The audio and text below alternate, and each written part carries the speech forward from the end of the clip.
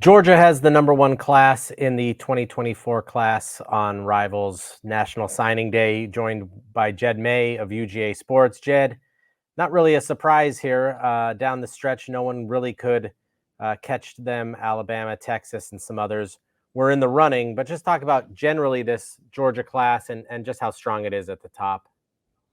Yeah, well, I mean, and it's funny you said nobody could catch him because so much of the hay was in the barn early. I mean, looking at the commitment list right here, they only had two commits after November 1st, so a lot of the work was done early. But yeah, you look at 4 5 stars all on the defensive side of the ball, which shouldn't come as a shock with Kirby Smart and the staff there. But 2 5 star DBs, number one corner Ellis Robinson, number one safety KJ Bolden, number one inside linebacker in Justin Williams, and then a guy Joseph Jonah Ajanye who they offered him. He was maybe an unranked 4 star or a low guy in the 250. I don't remember. And then he exploded through the fall and then a good showing in All-Star game season, earned that 5th star, much like, Jordan Hall in that 23 class kind of had a similar trajectory. So yeah, it's not slowing down on the defensive side of the ball in Athens anytime soon. And that's for sure. They got some Georgia kids, but they went everywhere. They went to Florida for Ellis Robinson, who's actually a Northeast kid, California for Nate Frazier, Texas for two teammates in Justin Williams and Ajanye. What does that speak to? Just Kirby can go anywhere and get anybody he wants?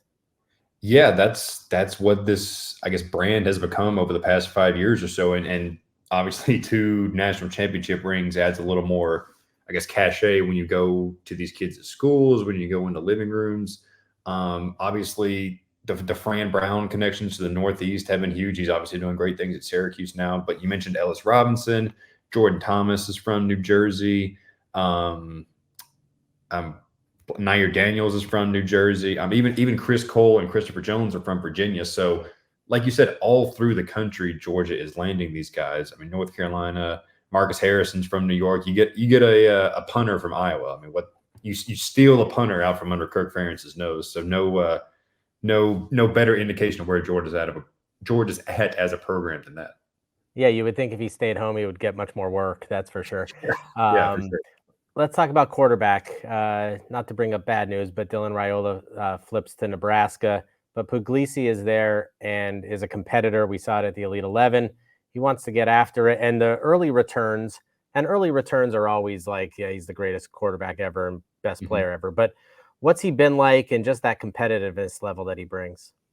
Yeah, I mean, he joined the team for bowl practices, and the guys we talked to at the Orange Bowl down in Miami were like, "Yeah, this kid has a swag to him, and the so-called it factor, right? That you got to have as a quarterback." And he's a guy who he was committed since October 2022, and the staff loved him. And Georgia was in on Julian Sayin at that time, and a few other guys, and they loved Ryan Puglisi. And even when Dylan Raiola committed, he was like, "Yeah, that's fine. I'm coming there to compete no matter what, no matter who's there, who's in my class. I'm going to be competing." So he's definitely got the right mindset to succeed at a place like Georgia. I think where, like he has said, there's going to be 5 stars and 4 stars all over the place.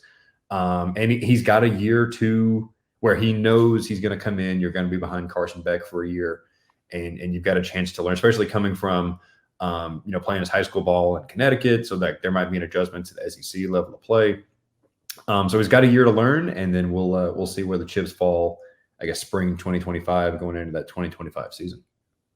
3 running backs. How do you think that works out in the backfield? Which it could certainly be perfectly fine. Georgia is known to cycle in guys there, but also about 2,000 pounds of offensive linemen are coming to Georgia in this class. Yeah, they lost 2 backs in Kendall Milton and Dejon Edwards, and you've got 3 guys who I think are very different. You've got Dwight Phillips, who's just got world class, crazy speed, and he's a guy honestly you could use as more of a gadget role. You could split him out. You could do many things with him.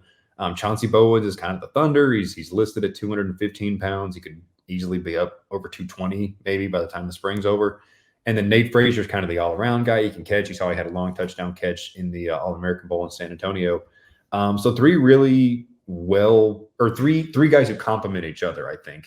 And you add that with bringing in ETN from Florida, and it's replenishing a running back room that got a little thin at points last year with injuries and inexperience, stuff like that.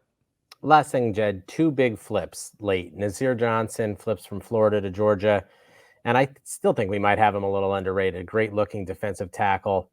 and then KJ Bolden. How did that one work out? And do you believe that he knew 2 weeks before and was just kind of feeding the bull to other people? I honestly don't know what to believe with KJ Bolden. But he said it himself. Kirby Smart never stopped recruiting him. I know when he committed to Florida State the first time, it was kind of I don't want to say it was a shock, but there was a feeling the night before and the day of that it was going to be Georgia.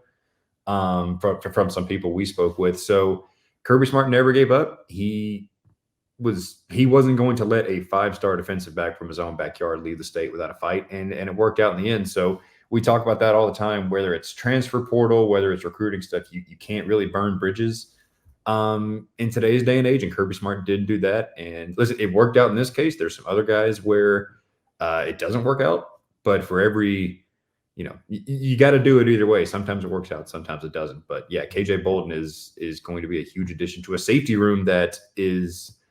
I wouldn't necessarily call it thin this year, but going forward, I guess there's some opportunities ahead for guys, especially after Georgia missed on Caleb Downs in the transfer portal. So yeah, Bolden's definitely a guy that's talented enough to maybe work his way into the 2 deep in year 1, and then obviously going forward, he'll be a factor in that secondary as well.